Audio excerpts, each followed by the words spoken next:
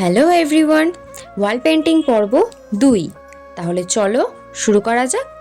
Wall painting করার জন্য প্রথমে একটা A4 পেজ নিয়ে নিয়েছি, এরপর একটা স্কেচ করে নিয়েছি, জাস্ট একটা ধারণা এইবার আমার হাতে যা আসবে তাই করব। আমি খুব এক্সাইটেড ছিলাম কাজটা করার জন্য। আফটার অল বহু বছরের ইচ্ছে সেটা আজকে পূরণ হবে, আজকে সেই দিনটা চলে এসছে, তাহলে করা যাক।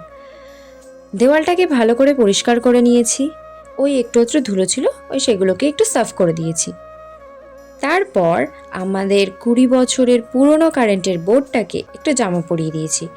20 বছর ধরে ও কোনো জামা কাপড় পরা ছিল না, তাই আর কি একটু মেকআপ করে দিয়েছি।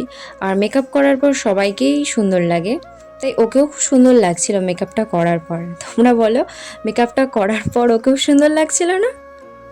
নেক্সট পার্টও খুব তাড়াতাড়ি আসতে চলেছে। চলো এখনের মতো এইটুকুই, টাটা।